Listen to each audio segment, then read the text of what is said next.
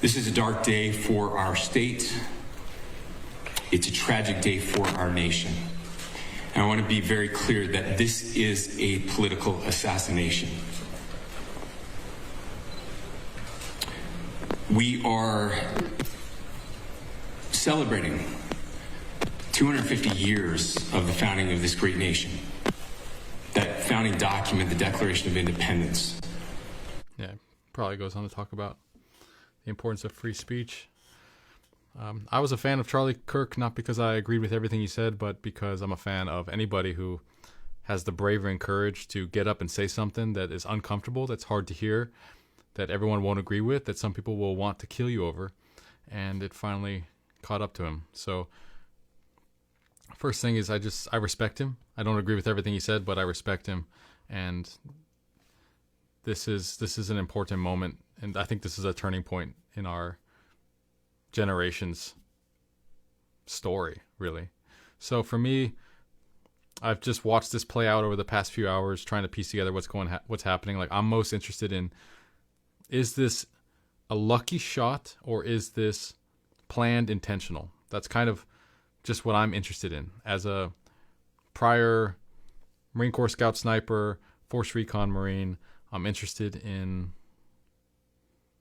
people who, it's painful to say, but I'm interested in the craft of killing, death. I'm interested in how people pull it off. I'm interested in modern day assassinations. And on one hand, I can't believe I'm doing this. Like, I imagine Charlie Kirk's beautiful kids watching this, seeing their dad, and it just breaks my heart.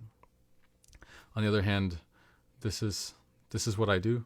So I just pieced together all the videos I could find in real time as I kind of watched it unfold. And for myself, I'm trying to understand what the truth is. And so this is kind of how things unfolded in the past few hours. So the first videos I came across on Twitter was, of course, Charlie arriving. And this venue is huge. But already, I saw, obviously the first video I saw was him getting shot. Right. You're not counting gang violence. Great. Oh my gosh. Great. Counting or not counting gang violence. Great. My first thought is it's a single shot. It's well placed, not perfect, but well placed enough to be like, okay, that's not luck. We have to take a position. Is it luck or is it not luck? And one single well-placed rifle shot in a venue like this, where a rifle is hard to get through, navigate, and to conceal, and for it to be well-placed, it was effective, it did hit him, it did kill him ultimately, and they're still looking for the suspect. So that all tells me is it's not luck. And of course, the first suspect that they thought it was this goofball.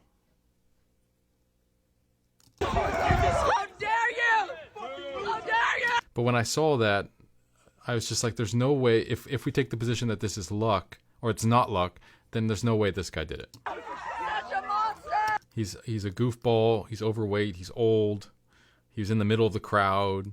Where's the rifle? They're even saying, like, the police are saying, we don't know it's him. Like, you're damn right you don't know it's him. Where's the long rifle? You know, that would be impossible to conceal.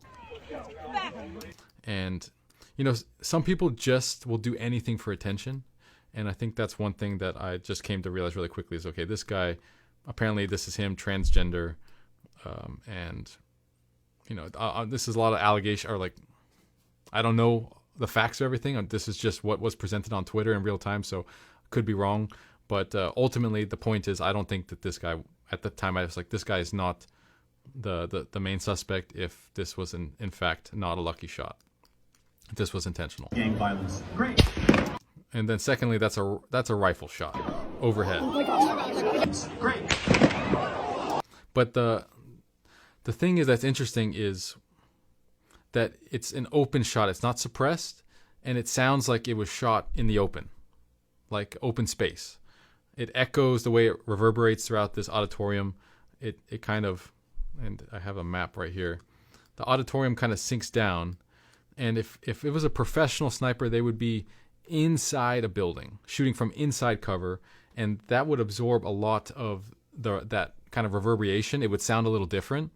This shot sounds like it was shot like in an open field with unsuppressed rifle, about a .556 caliber, and so then there's this mixture of professionalism and unprofessionalism, which is the most interesting part about this. So the shooter is competent enough to get the shot. Of course, it wasn't, and we'll see later, it wasn't perfectly placed. It was well placed, but not perfectly placed.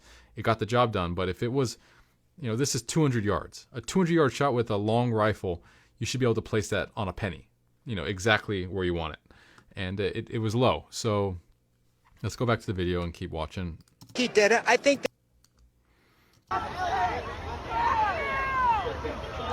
This videos of them carrying away the first suspect.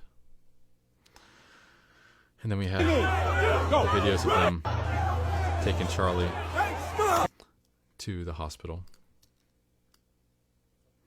And then we'll come back to this because this is the venue shots. And so this is the old suspect. They take him away. You hear the police saying, "We don't know if it's him. We don't know if it's him." Let's hear that. We don't know if it's him or not. We don't know if it's him or not. You can hear the police.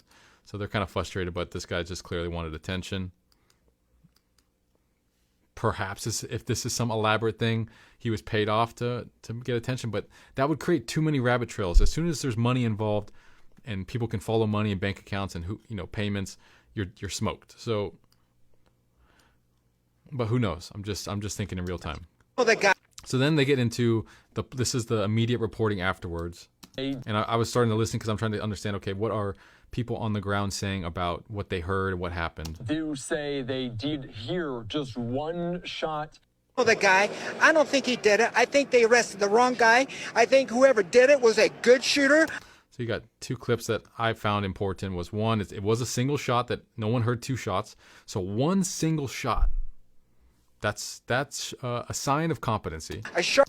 When you heard the shot, did it sound like it was close, near to where he was speaking, or did it sound like it was coming from afar, maybe in the back of the crowd, or could you tell?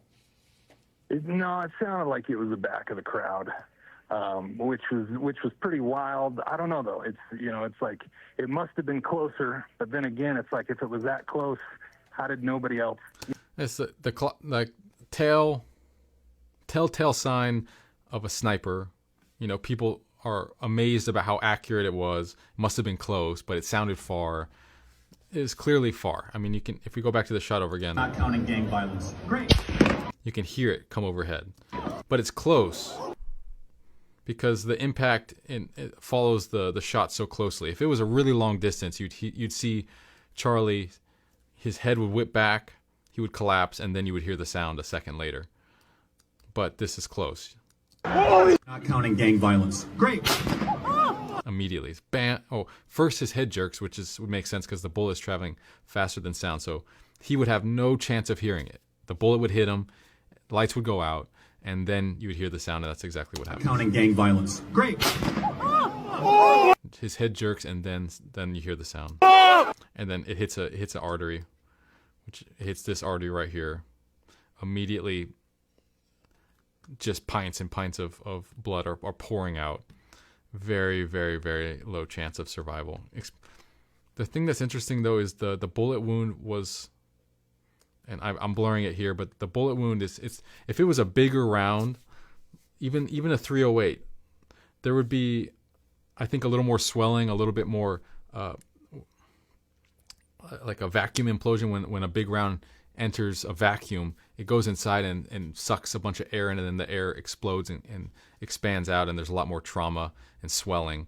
But this round looks like a .556 type of round, a smaller round, but enough to do a lot of trauma once it gets inside the body. But clearly it just severed the carotid artery on his left side, and the shot comes from the left. So that's another detail I'm looking for. So the shot is coming. They're in an auditorium, and it's a concave. So the shooter had to have been shooting at an elevated position downward and somewhere a little off to the left side because it hits the left side, but straight. We'll see earlier that there's not many places that the shooter could have been. if we try to angle it in a similar way, all these buildings right here were filled with people. These rooftops were filled with people. All this courtyard area and auditorium was completely filled with people. So there's no way someone's just going to be in the middle of a crowd and pull out a pistol and get one accurate shot like that, luckily, because someone around them would bump them, and no professional would take that risk. And then if you're further away, you're looking, it has to be somewhere over here.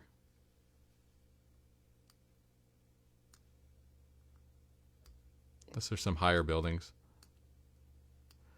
But we do have a shot of the suspect on the main suspect on a rooftop, so we'll get to that.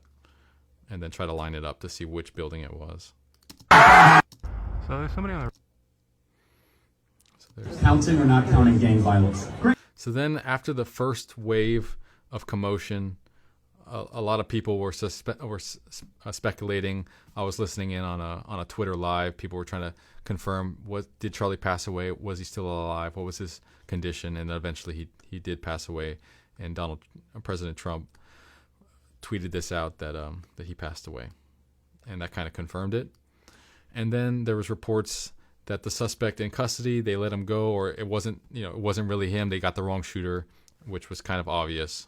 The best libs that. And then this other wave of video came out that I started downloading, and then now I'm more paying attention to the line of sight and the path of the bullet. So this is showing the kind of the depression that this auditorium is in. It goes down, and then so the shooter would have to have been somewhere probably on this building is what I'm looking for. Over the last 10 years. Counting or not counting gang violence? Great. Yeah, it just sounds like a sniper rifle. Counting or not counting gang violence? Great. Just off. Counting or not counting gang violence? Great. Here's a picture I found. People are saying, or measuring the distance, and this is 500 feet.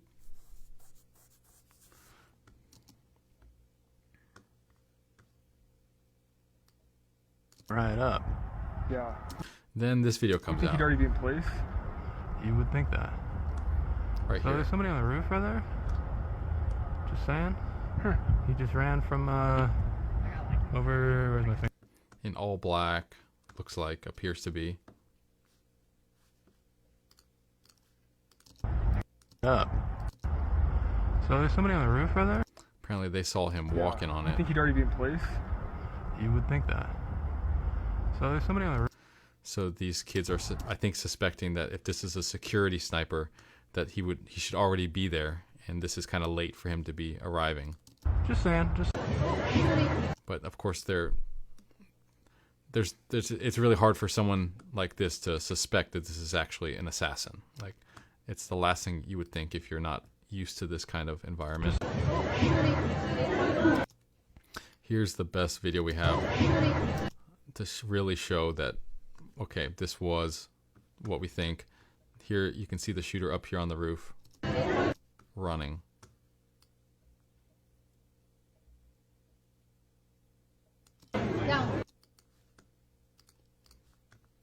And that must be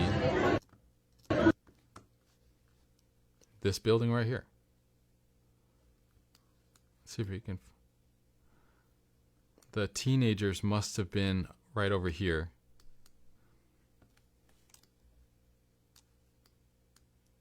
Filming the video.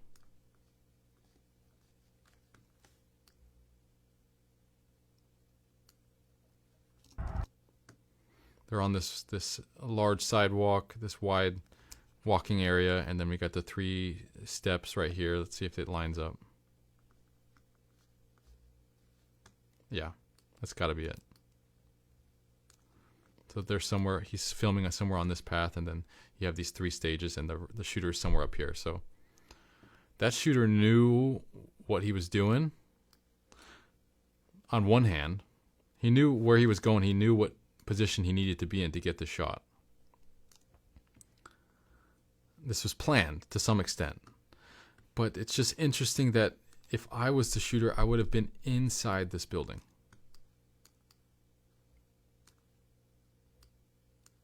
I would have somehow found a way to shoot from inside this building. Who knows if it was possible, but maybe it wasn't possible. But exposing yourself as a silhouette walking on a rooftop all in black is a crazy amount of risk to take as a professional. I would never do it. So those are things that tell me that this is like an amateur, right? Professional enough to do it, but not professional enough to get away with it.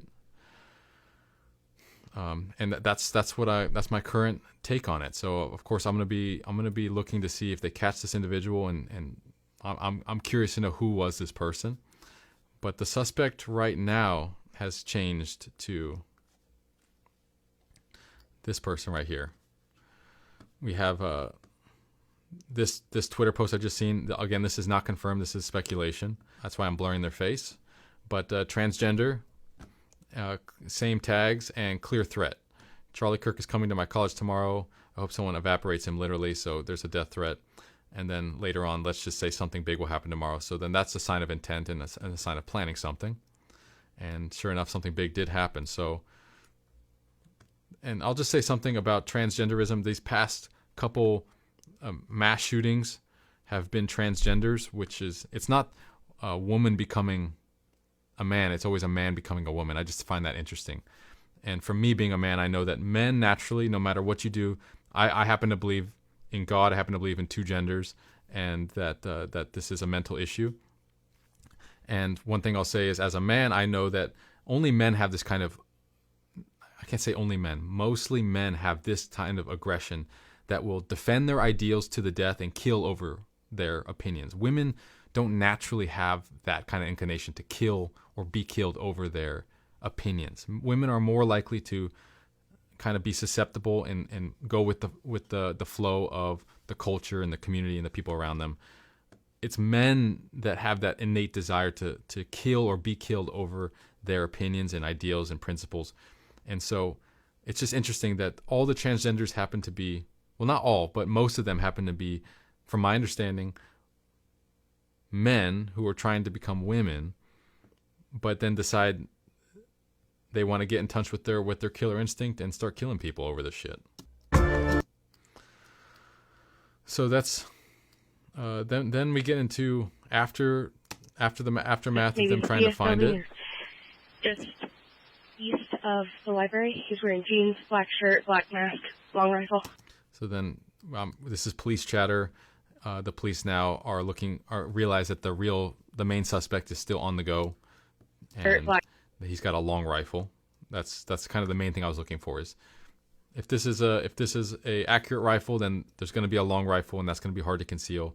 And there's no way that someone just in the crowd is just getting away with concealing a long rifle. Black mask, long rifle. They've released that individual.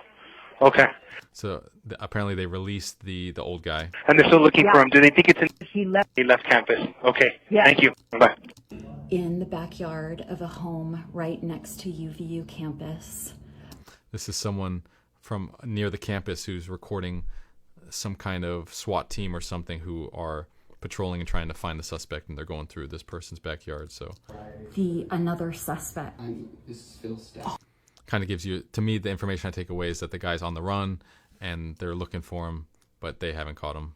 And so he has a chance of getting away at this point because they haven't caught him on the spot. And as the more time and distance that he gets away from the X, and the higher chance and odds he has of getting away with it. So that's it. I'm incredibly heartbroken. I really enjoyed seeing Charlie Kirk, the movement that he's making, despite some of the things I disagree with. Overall, I agree. As a Christian, as a proponent of masculinity, traditional values, which Charlie Kirk did, and overall just having the balls to piss people off. Not to say it's always right or always wrong. Not to say you can't be more insensitive or sensitive based on the environment or whatever. But at the end of the day, free speech is free speech. We don't kill people over this. And and his wife posted this video, and it just... What makes you happy? Hey, this little girl will never get to know her father. Amazing father. For space. This little dude will never grow up with the presence of his awesome father, who would have been a great dad. Clearly was.